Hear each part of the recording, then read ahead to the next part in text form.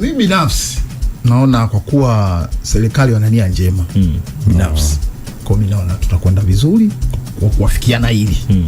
Na kuhusu tuhuma za Chama cha Demokrasia na Maendeleo Chadema kututuhumu sisi kwamba vyama vya mfukoni, vyama vya project, vyama vya kwenye briefcase, CCMB. Sasa hao ni maoni yao wao, lakini of course ni mambo ambayo kwa kweli sisi binafsi yanatukera. Au mimi kama mwenyekiti wa chama cha Makini sipendezwi kabisa na maneno.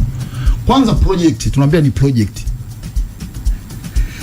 Nikijitathmini mimi kama mwenyekiti wa chama cha Makini, yani sioni huo uhalisia wa hiyo project kwangu mimi.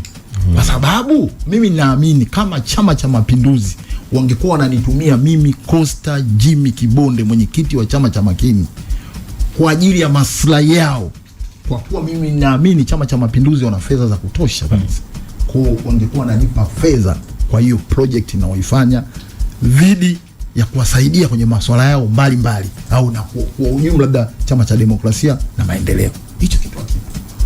Leo hii serikali ambayo ndo serikali inaundwa na Chama cha Mapinduzi walitupa magari ambayo tulitembelea nchi nzima. Sisi tungekuwa ni sehemu ya project, basi hata yale magari ingetuachia. Leo hii mimi Costa Jimmy Kibonde hapo nje ukitoka, nimekuja na bajaji. Kwa mimi natembelea bajaji. Kwa nilivyotoka kwenye shangingi, ashumu unatoka kwenye shangingi la milioni 480.